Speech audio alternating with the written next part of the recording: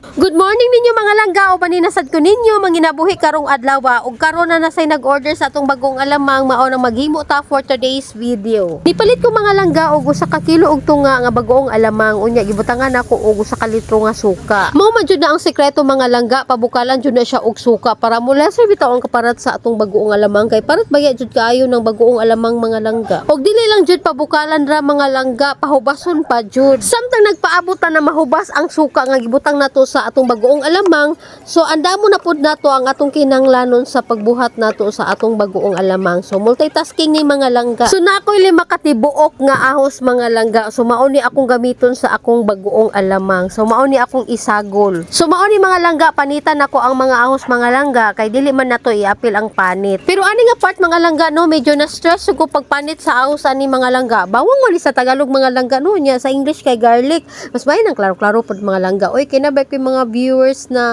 Tagalog unya na po ko mga viewers na Bisaya, pero karon ako nag-content og kanang Bisaya mga langga. Kaya ganahan man ko, daghanday ko viewers na mga Bisaya.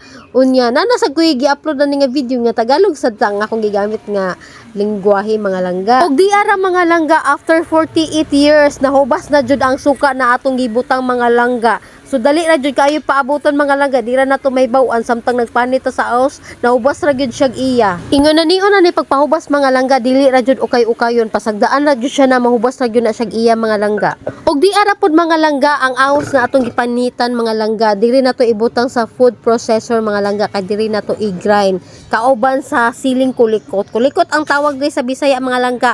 Labuyo man jud unta akong gamiton mga langga, pero pangitaon jud kayo ang labuyo. Og mahal sad ang siling nga labuyo mga langga. Og naamoy siling nga gagmay ay goods na oy, ang importante nga muhalang ang atong bagoong alamang. Mas ninot maguna nga naay chili ang atong bagoong alamang mga langga kay mas ninot jud nga halang ang atong bagoong. Balag gagmay nga sili basta kay muhalang lang jud siya, goods na mga langga. Di ara mga langga, nagbutang na jud ko og mantika diring dapita mga langga og gilunod na dayon ako akong gigrind nga ahos og sili mga langga.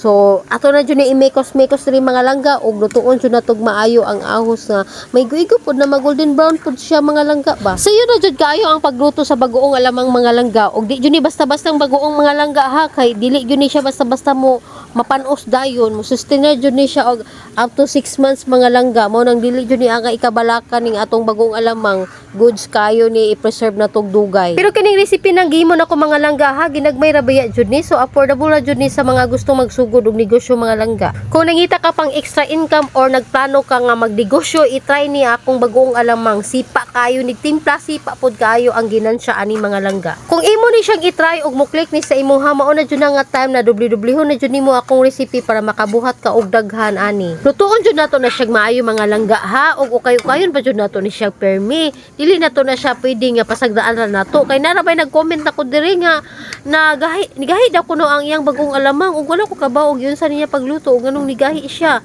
Siguro wala siguro niya gikay-ukay og gipasagdaan na siguro niya nga kanang ubukal ang atong bagong alamang, so dili gyud na siya pwede. So ato gyud na siyang ukay-ukayon, kumbaga mura gyud tag naglugaw aning dapita. Nagbutang na sa kog another mantika na pud ana mga langga. Kung isumatotal na ko ang mantika nga gibutang diha sa akong bagong alamang mga langga, ay niabot jud na siya usa ka kilo. Ug usa pud ka kilo nga brown sugar mga langga. Inigbutang na to sa brown sugar mga langga ha, ato jud ni siyang ukay-ukayon hantod sa mo melt ang sugar na atong gibutang mga langga. Dili jud pwede na dili na to ukay-ukayon o pasagdaan na nato siya magbukal-bukal diha kay masunog tong asukal nga atong gibutang mga langga, mo pait ning atohang bagoong alamang. Mao nang ato jud ni siyang ukay-ukayon nga mura jud tagalugaw aning dapita mga langga. Ani nga part mga langga, hapit na maluto ang atong bagoong alamang mga langga. So gikan sa paglunod sa brown sugar mga langga, mga 30 minutes pwede na nato siyang haunon.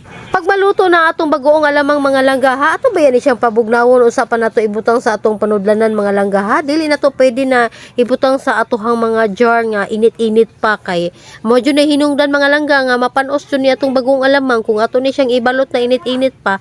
So pabugnawon jud nato ni siya naa sa mga 2 to 3 hours mga langga. para mo sustainer og dugay og dili madali-dalig ka panos mga langga. Ang size di ay nga gigamit ako aning plastic jar mga langga kay 237 ml.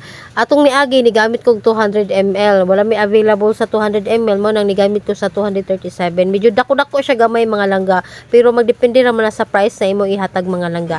Ang selling price day aning akong bagoong alamang mga langga kay 120 pesos. Unya kay gi-wholesale naman ni sa ako ang sister. So ako ni siyang gihatag sa iyaha og 90 pesos. So kung iyang ibaligyag 120 naa siya 30 pesos per each mga langga. Pero sa inyo nani nga recipe mga langga, nakabuhat jud kog 11 bottles ani mga langga. Pero wala na ko ni siya gipuno ha. So ako na ni siyang gihimabaw mga langga.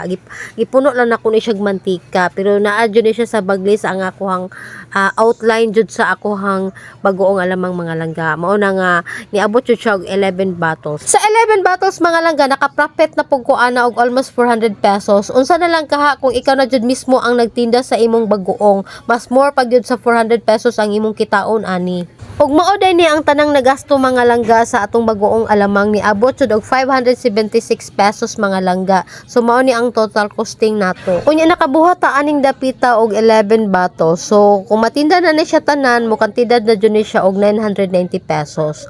Unya minusan sa atohang gipuhunan na 576, so nikita ra ta aning dapita og 414 pesos. Kanang 414 pesos mga langga nga ginansya, gi-wholesale na ang akohang bagoong ana mga langga ha. Unsa na lang kaha kung ako na joy nag-retail sa akohang bagoong alamang na more pag yun sa 414 ang akong kitaon mga langga. Pero naamang ko yung sister na mo dispose sa akohang baligya mga langga og na po siya yung mga customer ana. So nag-request jud siya nga magpabuhaton ko niya og bagoong alamang. Mao nang karon nagahimo jud ko mga langga kay naa siya orders. Mao na kung nangita kag extra income or nang plano ka nga magnegosyo mga langga, itry ni akong bagoong alamang na sipa kayo ni ginansya mga langga. Salamat ti ay niabot ka ani nga part sa video ug manghinaot ko nga nakauyon ka aning akong business ideas. Kung ganahan pa kag negosyo ideas, pwede ra nimong bisitahon ang akong channel. If you like this video, don't forget to like and share, and if you want more business ideas, don't forget to click the button bell and hit the notification bell for more videos update. Thank you for watching. Hanggang sa muli. Bye-bye.